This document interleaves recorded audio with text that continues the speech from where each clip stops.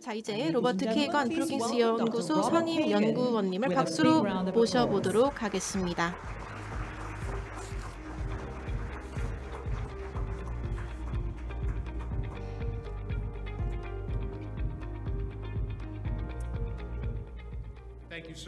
네, 감사합니다, 여러분.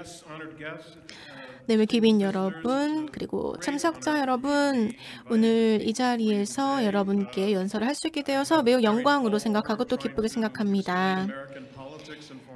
저는 미국의 정치 그리고 외교 정책에 대해서 이야기를 해볼 건데요. 아무래도 요즘에 이야기하기 되게 쉽지 않은 주제가 아닌가 싶습니다. 여러분 아마 걱정이 많으실 것 같아요. 그리고 네, 우려하시는 게 당연하다고 생각합니다. 저도 우려가 되고 있습니다. 제가 외교 안보 정책의 전문가이긴 하지만 미국의 시민이기도 하기 때문입니다. 저희 이제 2024년에 대선이 있는데 2명의 후보가 있죠. 그리고 이 2명의 후보는 각기 다른 입장을 가지고 있습니다. 그리고 이 주류, 미국의 역사적인 정책 기조와는 또 각기 다른 여러 가지 입장을 보이고 있습니다. 저희 공화당 그리고 민주당 사이의 갈등이 아니라 결국 저희의 기본적인 미국이 가지고 있는 기본적인 가치에 대한 의견 대립이라고 할 수가 있습니다. 저희가 이제 평등이라던가 자유라던가 이런 것들, 자유주의 이런 것들을 미국이 오랫동안 수호를 해왔는데요. 그리고 여러분 전 세계에서도 미국이 이러한 가치를 수호하기 위해 많은 노력을 했다는 것을 잘 알고 계실 겁니다. 저희 이제 미국은 이제 자유주의를 기반으로 사실 설립이 되진 않았습니다. 사실 크리스찬의 민족 그리고 종교적인 가치를 바탕으로 처음에 미국이 설립이 되었는데요. 그리고 사실 이러한 기조가 바로 이 백인 우월주의들의 주장이기도 합니다. 같지 않은 이질감을 가진 사람들, 다시 말해서 백인이 아니거나 아니면 종교가 다르거나 크리스천이 아니거나 다시 말해서 유색인종이거나 이런 사람들에 대한 배척을 보여왔고요. 그리고 이러한 사람들에게 적대적인 모습을 보여왔습니다. 저희는 사실 2024년에 일어나고 있는 이러한 대선 같은 선거는 치러진 적이 없다라고 생각이 듭니다. 이제 자유주의에 반대하는 후보가 이제 대선 후보로 나왔다. 이런 것 자체가 사실 저희가 역사적으로 봤을 때 있지 않았던 일이거든요. 제가 이제 2016년에 도널드 트럼프 후보를 당시에 알게 되었었습니다. 그 당시에는 미국의 상황이 굉장히 급변을 하고 있었던 상황이었습니다. 그리고 이제 오늘날의 미국을 바라봤을 때요. 이제 사람들이 이제 투표권을 던지게 될 텐데 한 사람이 모든 답을 다 가지고 있다. 한 사람이 이제 구원자로서 역할을 할 수 있다. 그리고 이러한 역할을 트럼프가 할 수 있다라고 생각하는 미국인들이 굉장히 많습니다. 그래서 트럼프를 지지하는 사람들은 트럼프가 가지고 있는 그 영향력 그리고 이 동력을 잘 믿고 있는 것이라고 볼 수가 있습니다. 저희가 역사를 봤을 때요, 저희 이제 정치적으로 이제 레짐이 바뀌잖아요. 그리고 이 정치적인 레짐이 바뀔 때마다 저희의 외교 정책도 마찬가지로 바뀐다고 생각합니다. 미국 같은 경우에는 이제 자국의 이익을 아무래도 우원을 할 수밖에 없잖아요.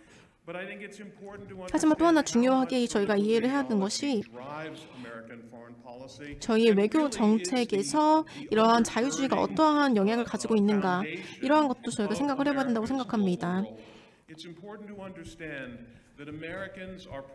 미국인들은 전 세계적으로 가장 시큐어한 사람들이라고 생각을 할 수가 있을 것 같습니다.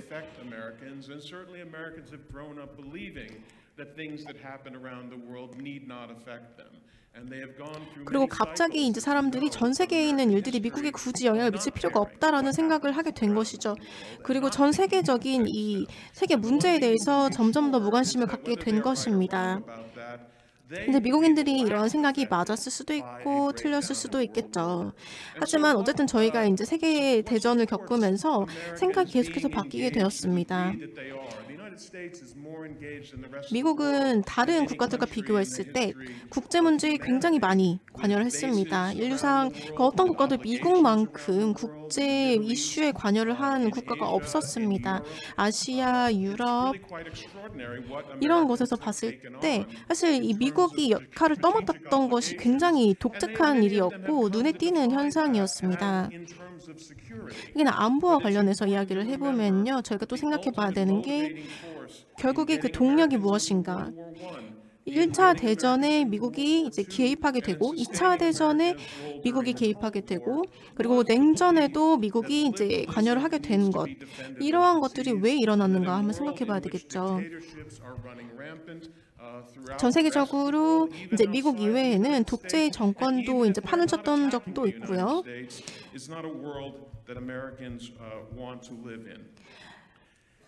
그리고 그러한 독재에 맞서는 것이 미국인들이 원했던 것이었습니다. 그래서 저희는 지금 변화를 이제 겪고 있는데요. 48 to 49 to 50% of the American public in support of what is essentially an anti-liberal. 현재 미국에서는 48%, 49%, 50%에 달하는 여론이 바로 이 자유주의에 대해서 미국이 행해왔던 적극적인 역할, 이거에 대해서 반대를 하고 있습니다. 네, 트럼프 대통령에 대해서, 전 대통령에 대해서 아마 여러분 잘 알고 계실 것 같습니다. 트럼프 후보가 전 세계 질서에 대해서 어떠한 입장을 가지고 있고 또 견해를 갖고 있는가, 어떠한 외교 정책을 추구하고 있는가, 이런 것들 다 잘 아실 것이라고 보고 있습니다.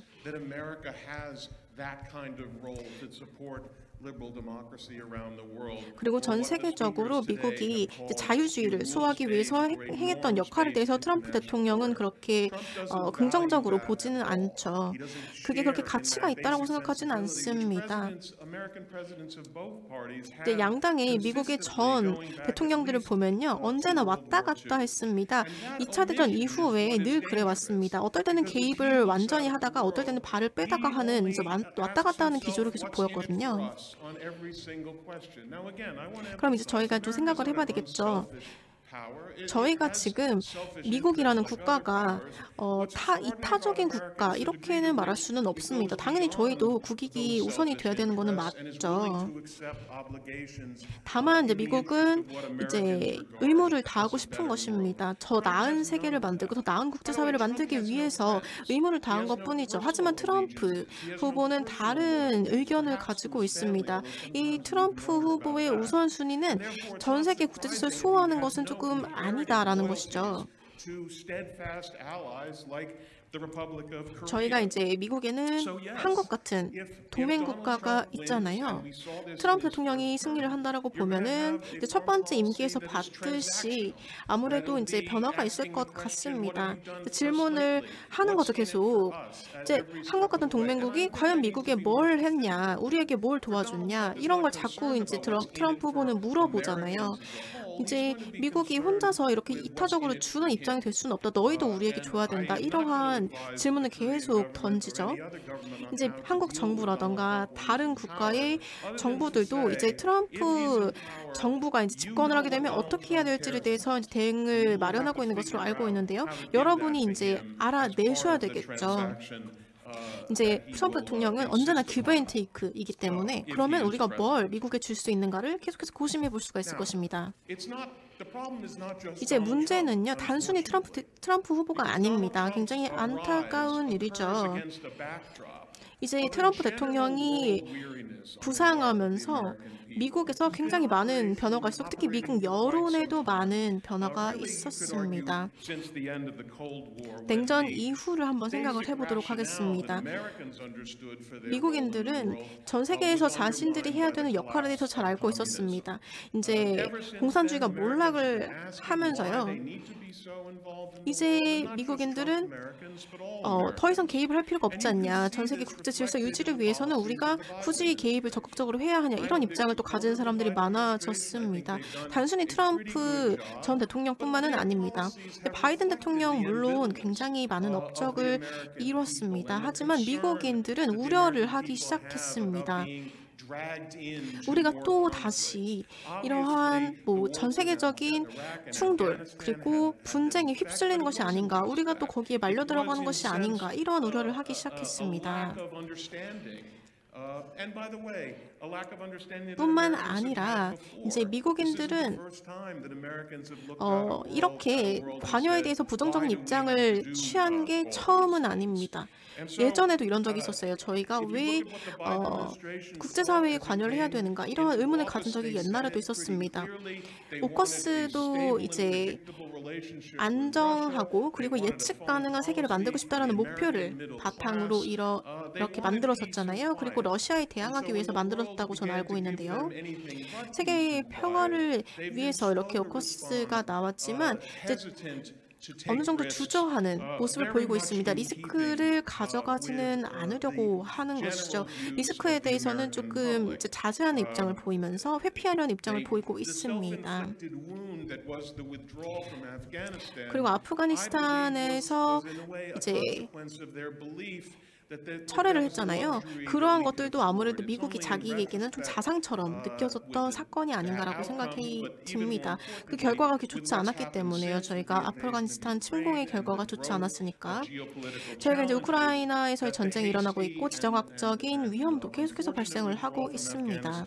그리고 저희가 정말 안타깝게도 아프가니스탄에서의 철수가 결국에는 미국인들에게는 마음의 상처로 남은 것이죠. 또 하나 문제는요, 이제 바이든 해리스 정부와 관련해서 이야기를 해볼 수가 있습니다. 세계가 지금 변화하고 있는데 이 변화에 대해서 기조를 맞춰야 한다, 이런 말이 있죠. 1990년대 이후에 이제 융합 이론이라는 게 나왔습니다. 모든 사람들이 다 합의를 하게 되었어요. 이제 지정학적인 것은 옛날의 일이다, 과거의 유물일 뿐이다, 새로운 것들이 필요하다. 여러분이 아마 어느 정도 기억을 하실지 모르겠습니다. 하지만 이제 강대국끼리 전쟁을 하는 것은 이제 더 이상 말이 되지 않는다, 이것은 가능성이 별로 없다, 이런 이야기도 하기 시작했습니다. 그리고 사람들은 대비가 되지 않았습니다. 저희가 전 세계적으로 이제 독재 국가들이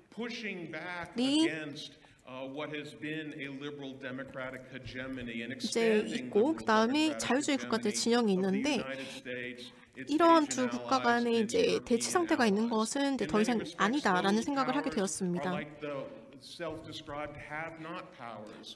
그리고 이제 많은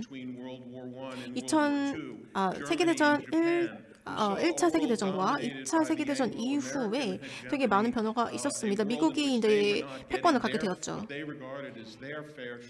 그리고 미국이 자신이 해야 되는 역할이 있다라는 생각을 하게 되었고요. 그리고 좀 더 평등한 배분이 필요하다, 그리고 자원과 힘의 평등한 배분이 필요하다라는 새로운 의견이 나오기 시작했습니다. 가장 최근에 브릭스 미팅이 있었습니다. 많은 국가들이 모여서 이제 회의를 했습니다. 그래서 이곳에서 전 세계의 질서를 새로 만들어야 하는데, 단순히 미국과 동맹국 구조가 지금 전 세계적으로 이제 기세를 잡고 있지만, 이러한 세력에 의해서만 세계 질서가 만들어져서는 안 된다라고 생각을 하고 있다고 저는 보고 있습니다. 그래서 저희 되게 많은 대치가 일어나고 있는데, 이념 때문에 예전에 저희가 많은 충돌이 있었습니다. 이제 많은 국제 관계를 보면은 국가들이 이념이 다 다르기 때문에 분쟁이 일어납니다. 하지만 저희가 주변을 한번 살펴볼 수가 있잖아요. 세계적으로 이제 분열이 일어나고 있습니다. 자유주의, 민주주의, 그리고 독재주의 간의 갈등도 있고요. 그리고 저희 협력도 있죠. 협력도 독재국가 간에도 일어나고 있고, 그리고 굉장히 높은 수준의 협력이 일어나고 있습니다. 이제 자유주의 진영에만 협력이 있었는데, 이제는 이제 독재국가 사이에서도 협력이 일어나고 있습니다. 아시다시피 우크라이나 전쟁에 북한의 무기가 지금 사용이 되고 있잖아요. 1936년 이후에 독일과 이탈리아가 함께 참여를 했습니다. 그래서 이 나치의 그 침략이 있었던 상황에서 힘을 합쳤던 전력이 있습니다. 1930년대로 갔을 때 미국은 조금 대응이 느린 편이었고 더딘 편이었습니다. 근데 기억을 해보면 좋을 것 같아요. 많은 미국인들이 국제관계에 그렇게 관여를 하고 싶지 않아 했습니다. 1930년대에 굉장히 국제적으로 많은 갈등이 있었는데도 관여를 하고 싶지 않아 있었습니다. 그런데 이제 이런 분쟁들이 점점 더 글로벌해졌습니다. 그러자 더 많은 이유와 근거가 생겼습니다. 저희가 관여를 해야 되는 근거가 생긴 것이죠. 근데 사실 초기에 개입을 했으면 더 쉬웠을 것 같습니다. 그런데 초기에는 조금 발을 빼려고 하다가 나중에 문제가 정말 심각해지니까 그제서야 이제 관여를 해야 된다는 말이 나오게 된 것입니다. 그래서 30년대 오늘날을 한번 비교해서 살펴보면요. 이제 미국인들은 굉장히 더디지만 대응을 합니다. 전 세계적으로 위기가 나오면 결국에는 관여를 하고 결국에는 적극 개입을 하겠다는 결론에 이르릅니다. 사실 이게 바로 미국의 역사상 늘 있어왔던 패턴입니다. 미국이 초강대국이 됐잖아요. 20년대 초반에 미국이 초강대국이 되었는데 이제 한 1세기 정도가 지났습니다. 이제 미국의 외교 정책은 늘 왔다 갔다 했습니다. 언제나 강하게 적극적으로 개입을 했다가요. 그러다가 갑자기 이제 환멸을 느끼고 무관심을 가지고 이제 국제관계에서 발을 빼는 모습을 보였습니다. 필리핀의 상황을 생각했을 때 미국이 조금 발을 빼는 상황을 보였었죠. 그리고 1차 대전이 일어나고 1920년대, 30년대에 또 다시 또 국제관계에서 발을 빼고 이제 2차 대전이 나오고 그리고 냉전 시대가 나오고 2차 대전 이후에 또 보면은 이제 저희의 대응이 굉장히 소극적이었었잖아요. 그러다가 이제 구소련과의 대립이 나타나고 한국 전쟁, 다시 말해 6.25 전쟁이 나오고 그다음에 베트남 전쟁이 나오고 그러면 또 미국은 또 다시 또 개입으로 돌아가고 계속해서 강조를 드리잖아요. 미국은요 언제나 이 적극적 개입과 발을 빼는 모습, 왔다 갔다 하는 모습을 늘 보였습니다. 그리고 제가 생각했을 때는 아마 미국은요 이제 다시 또 적극적인 관여 그리고 적극적인 개입의 상태로 갈 겁니다. 결국에는 트럼프 대통령이 당선이 되든지 안 되든지 어쨌든 전반적인 트렌드를 보면 어쨌든 지금이 개입을 조금 꺼리더라도 나중에는 개입으로 간다는 것이고요.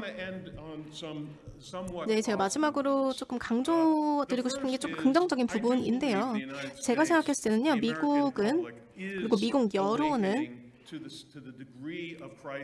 이제 위기에 대해서 대응을 합니다.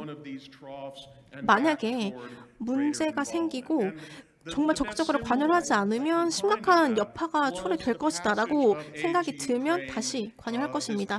이제 우크라이나 전쟁과 관련해서도 생각을 해볼 수가 있을 것 같습니다. 트럼프 전 대통령과 지지자들은 우크라이나 전쟁 개입에 크게 반대하고 있습니다. 하지만 흥미로운 것은요. 공화당이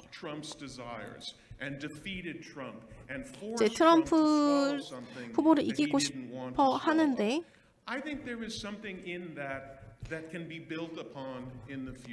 저희가 이제 미래에도 이러한 비슷한 상황이 나올 수 있을 것이라고 봅니다. 미국이 그리고 미국 여론이 일반적으로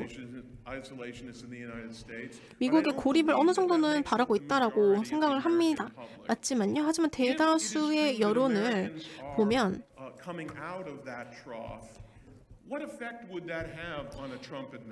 이제 트럼프 후보가 이겼다고 생각하면 트럼프 정권이 가져올 여파는 또 뭐가 될까요? 트럼프 대통령이 된다 하더라도 어쨌든 저희의 이런 역사적인 패턴을 바뀔 수는 없습니다. 그리고 트럼프 후보를 대상으로 한 여론도 바뀌게 됩니다. 미국이 어떻게 도전과제를 해결하는 거가 이거에 따라서 여론이 계속 바뀔 수가 있고 그다음에 지지율이 떨어질 수가 있습니다.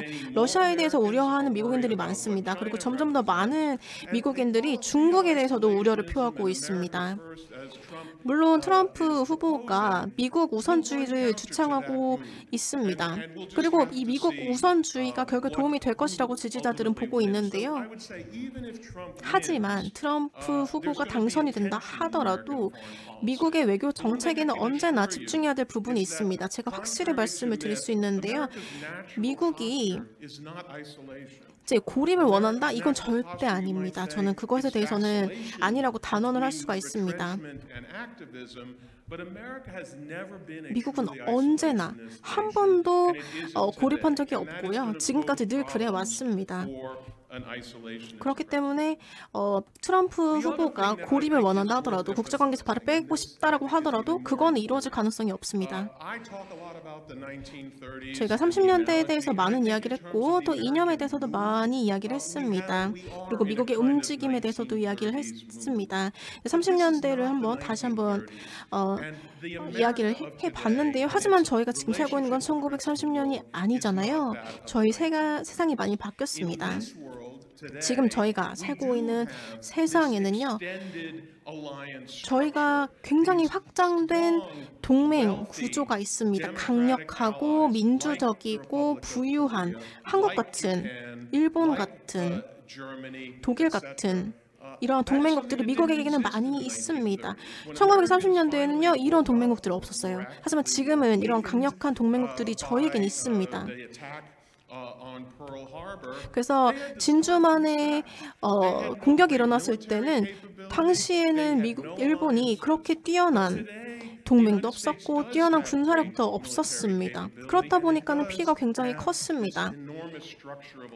하지만 지금은 정말 거대한 동맹 구조가 미국에게는 있습니다. 그렇기 때문에 저희가 전 세계적으로 도전 과제가 나온다고 하더라도 저희가 지금 필요한 자산이 다 있습니다. 저희가 다 구축을 해놨습니다. 이제 처음부터 다 구축할 필요가 없어요. 이미 저희가 가지고 있는 게 있기 때문입니다. 저희 지정학적 상황을 보면요. 이제 누가 이러한 지정학적 위기를 만드느냐 이렇게 한번 생각을 해볼 수가 있을 것 같은데요. 일반적인 미국인들의 생각은 그리고 또 다른 일반적인 여론이 미국을 바라볼 때를 봤을 때는 미국의 적국이 있잖아요. 그 적국의 힘도 쇠퇴하고 있다고 봅니다. 우크라이나에 대해서 이야기를 했었는데요. 푸틴 대통령은 실제로 믿습니다. 우크라이나를 나토나 미국의 대응 없이 침공할 수 있다고 생각을 했습니다. 이걸 보면 사실 이제 미국이 어느 정도 일이 좀 벌어지더라도 손을 놨던 것을 보여주고 있죠. 하지만 이제 우크라이나 전쟁이 터진 이후를 한번 살펴보면 푸틴 대통령은 할 수 있는 건 다 했습니다. 그리고 미국과 나토의 대응을 발생시키지 않았습니다. 여기에는 이유가 있습니다. 왜냐하면 푸틴 대통령이 굉장히 취약하기 때문입니다. 지금 굉장히 힘든 상황이 있어요. 러시아가 우크라이나 전쟁에서 승기를 잡고 있는 게 아닙니다. 굉장히 고전하고 있습니다. 그 나토의 미사일 그리고 다른 나토의 역량들 이런 것에 대해서 푸틴 대통령은 취약성을 가지고 있습니다. 그래서 신중한 태도를 취할 수밖에 없습니다. 선을 넘지 않으려고 노력을 하고 있습니다. 그리고 미국이나 나토의 심기를 건드리지 않으려고 어느 정도의 선을 지키고 있는 것입니다. 저희의 나토 동맹국 그리고 핵 무기의 사용 이런 것을 봤을 때 이제 북한이 12,000명의 군대를 우크라이나에 보낸다고 하는데 이거를 미국이 오케이를 할까? 러시아가 그렇게 많은 외국의 군대를 투입을 시킨다고 하면 과연 미국이 이걸 용인을 해줄까? 미국은 아마 어쩌면 이것을 억제하거나 처벌할 방안을 마련해야 될 수도 있습니다. 그래서 그 사실을 보면 저희는 여러분, 그리고 한국, 미국은 여전히 능력이 있습니다. 저희가 독재 국가의 증가 그리고 공격의 증가에 대응할 역량이 있습니다. 그리고 저희는 이해하고 있는데요. 저희에게 달린 것이 무엇인지 알고 있습니다. 그리고 필요한 비용이 뭐가 드는지 그리고 리스크는 어떤 것을 감수해야 되는지 알고 있습니다. 그래서 이러한 적국이 더 이상 선을 넘지 않도록 제가 어떻게 억제할 수 있는지 잘 알고 있습니다. 다시 말하자면요. 한국에는 어떤 함의를 가질까요? 제 생각에는 미국에서 어떤 일이 발생할지 이거에 대해 답을 드리기가 조금 어렵습니다. 노력은 하려고 하는데요. 제 나름대로는. 근데 좀 답을 하기는 어려운 문제인 것 같아요. 확실한 것은 한국이 자유주의 국제 질서에서 굉장히 시금석의 역할을 하고 있다는 것입니다. 강력한 역사를 한국이 썼고 그리고 민주주의의 역사도 썼습니다. 저는 같은 가치를 공유하고 있고 제가 주장하고 싶은 것은 트럼프가 당선이 된다 하더라도 중요한 것이 한국 같은 국가들이 더 이상 패닉할 필요가 없다는 것입니다. 당황하실 필요 없어요. 막 급진적인 변화가 있을 것이다 라고 생각하실 필요가 없습니다. 사실 여러분이 이제 잘 모르잖아요. 저도 모르겠지만 미국이 앞으로 어떻게 향방이 일어날지에 대해서 알 수는 없습니다. 하지만 저희 동맹국 그리고 저희가 동맹은 최대한 유지를 하려고 하고 있습니다.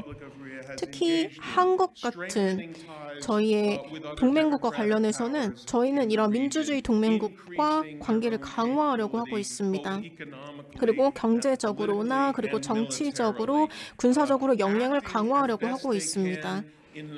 최대한 좋은 방향으로 조치를 취하려고 하고 있고 그리고 전 세계 민주주의와 평화를 위해서 저희는 노력하려고 하고 있습니다. 단순히 미국이 국제사회에서 그냥 발을 빼고 사라질 수 있는 이런 문제는 아닙니다. 저희 물론 당연히 초당파적인 강력한 지원이 미국 내에 있습니다. 동맹에 대한 초당파적인 지원이 있습니다. 지지가 있고요. 심지어 트럼프가 당선되더라도 저희 한미 동맹에 대한 중요성을 잘 알고 있고요. 중국에 대한 우려를 하고 있기 때문에 미국이 보유하고 있는 이 동맹에 대해서도 굉장히 중요성을 잘 인지하고 있습니다.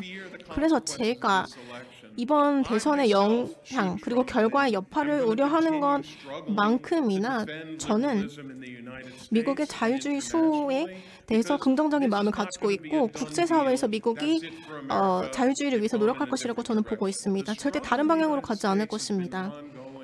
물론 미국은 처음 만들었을 때부터 계속 이제 많은 고군분투를 해왔습니다. 그리고 이러한 역사는 아마 계속될 것입니다. 그래서 이제 하고 있는 것을 계속하고 노력을 계속 경주하고 그러다 보면 결국 미국은 다시 자신의 자리로 올 것입니다. 네, 감사합니다. Thank you very much, Dr. 네, Kagan. 감사합니다. 케이건 박사님. Dr. Kagan, I think we're running out of time. But 제가 we 시간이 do 조금 want to 없긴 pose 한데요. one question 한 to you. 개의 And I 질문을 believe 드리고 what 싶습니다. we'll have to do is 저희 with a question. 박현주 기자님께서 질문해 주시도록 하겠습니다. 네, 굉장히 인사이트 가능한 발표 감사합니다. 미국의 역할에 대해서 잘 설명을 해주셨습니다. 저는 박현주라고 하고요.